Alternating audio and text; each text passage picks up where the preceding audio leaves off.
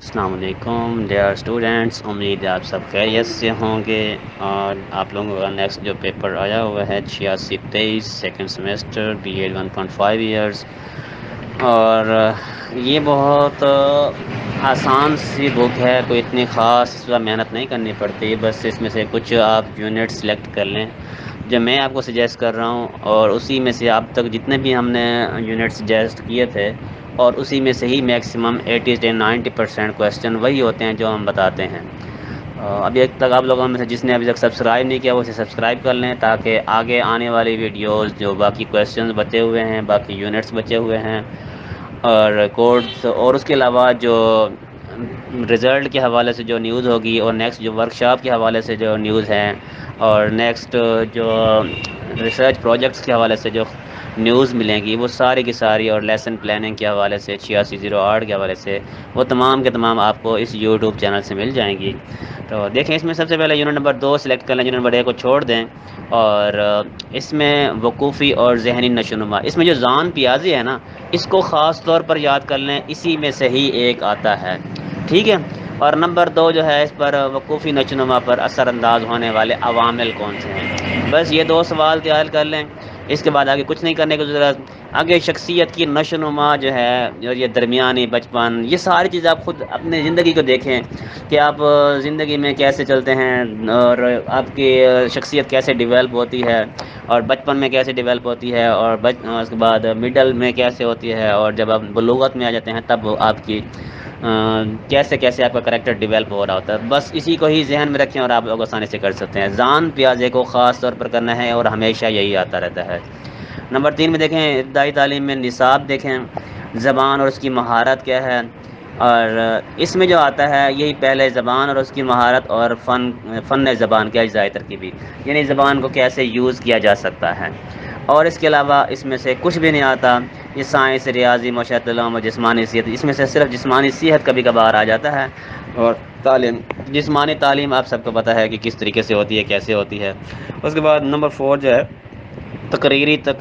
طریقہ تدریس جو ہے وہ لیکچر میتھڈ، اس کے فائدے بتانے ہیں، نقصان بتانے ہیں، کیا فائدے ہوتے ہیں، کیا نقصان ہوتے ہیں، کہ سامعین جو ہوتے ہیں وہ ٹیچر بولتا رہتا ہے، باقی سارے چپ کر کے سنتے ہیں، اور مظاہراتی ڈیمانسٹریٹو، کسی کر کے دکھانا کسی چیز کو، اور مشقی جو ہوتا ہے ڈرل میتھڈ، جیسے پہاڑے بولتے ہیں، اور مسئلہی جو ہے وہ پرابلم سالونگ میتھڈ ہوتا ہے۔ بس انہی میں سے آگے آگے منصوبی طریقہ ہوتا ہے، پورا ایک پروجیکٹ جیسے ہوتا ہے، جس میں پروجیکٹ کے ذریعے بتایا جاتا ہے۔ رول پلینگ سے مراد جیسے کوئی گیم وغیرہ کھیلتے ہیں، اور سیمولیشن اینڈ گیمز بھی وہی آ جاتا ہے، ٹھیک ہے۔ آپ اسی میں سے پہلے تقریری اور ڈیمانسٹریٹو اور ڈرل میتھڈ، اس کو، اور ساتھ میں مسئلہی طریقہ، یہ 4 دیکھ لیں۔ اور اس میں نا یہ سوال کرنے کا طریقہ، اکثر یہ سوال آتا ہے، اس کو خاص طور پر دھیان رکھنا ہے، ان دونوں میں سے ایک سوال آپ کا آنا ہے۔ آگے انسٹرکشنل ٹیکنالوجی میں سے ایک سوال لازمی آتا ہے، اور انسٹرکشنل ٹیکنالوجی کے مقاصد کر لیں آپ لوگ، ٹھیک ہے۔ کانسیپٹ کیا ہے، اس کے آبجیکٹیوز کیا ہیں، اور اس کی اقسام کیا ہیں، بس اس کے بعد اور کچھ بھی نہیں کرنا، اور کوئی ایسی چیز ضرورت نہیں ہے۔ آڈیو ویڈیو ایڈز وہی ہوتی ہیں کہ آپ کے پاس چاک تھا، وائٹ بورڈ تھا، پروجیکٹر ہے، اسٹرپ موویز وغیرہ ہوتی ہیں، تو یہ ساری چیزیں آڈیو ویڈیو ایڈز میں جاتے ہیں، اس کو اتنا خاص تیار کرنے کی ضرورت نہیں ہے، بس آپ کانسیپٹ کریں ایجوکیشنل ٹیکنالوجی کا، اور اس کے آبجیکٹیوز اور اس کی ٹائپس بتا دیں، ٹھیک ہے۔ نمبر 6 میں طلباء کے گروپس، آپ سب کو پتہ ہے کس طرح کے گروپس ہوتے ہیں، ان کے مسائل کیسے ہوتے ہیں، اور ان کا مجرمانہ کردار، اس کو تو کرنے کی ضرورت ہی نہیں ہے، خالی ایک بار اسے دیکھ لینا،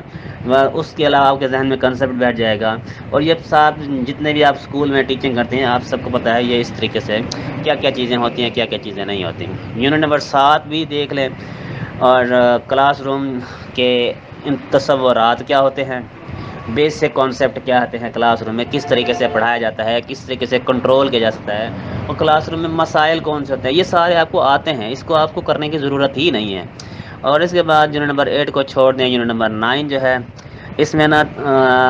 یا تو آتا ہے تعلیم نسواں، اور یا ڈراپ آؤٹ ہوتا ہے۔ ڈراپ آؤٹ کیوں ہوتا ہے، تعلیم نسواں کیا ہے، اس کے علاوہ نظام امتحانات کیا ہوتے ہیں، ایک آپ کے ہوتے ہیں جو اسکول لیتا ہے، اور ایک ہوتے ہیں جو بورڈ لیتا ہے۔ اور اس کے بعد اس میں نظام کے خوبیاں کیا ہیں، خامیاں کیا ہیں، یہ ساری چیزیں لکھ دو گے تو یہ نظام امتحانات بن جائے گا۔ پرائیویٹ سکولز کیا ہوتے ہیں، اساتذہ کی تربیت، اساتذہ کی تربیت کو رہنے دیں، پرائیویٹ سکول کو بھی رہنے دیں، کیا ان کے کردار ہوتے ہیں، ان کا اپنا سلیبس ہوتا ہے، ان کے اپنے ساری پالیسیز وغیرہ ہوتی ہیں۔ ٹھیک ہے، امید ہے آپ لوگوں کو سمجھ آ گئی ہوگی۔ اگر کسی کو سمجھ نہیں آتی تو وہ مجھے پرسنل نمبر میں نے دیا ہوا ہے، واٹس ایپ کر لیں، اس کو مزید بھی کوئی چیز سمجھنے تو میں سمجھا دوں گا۔ اللہ حافظ۔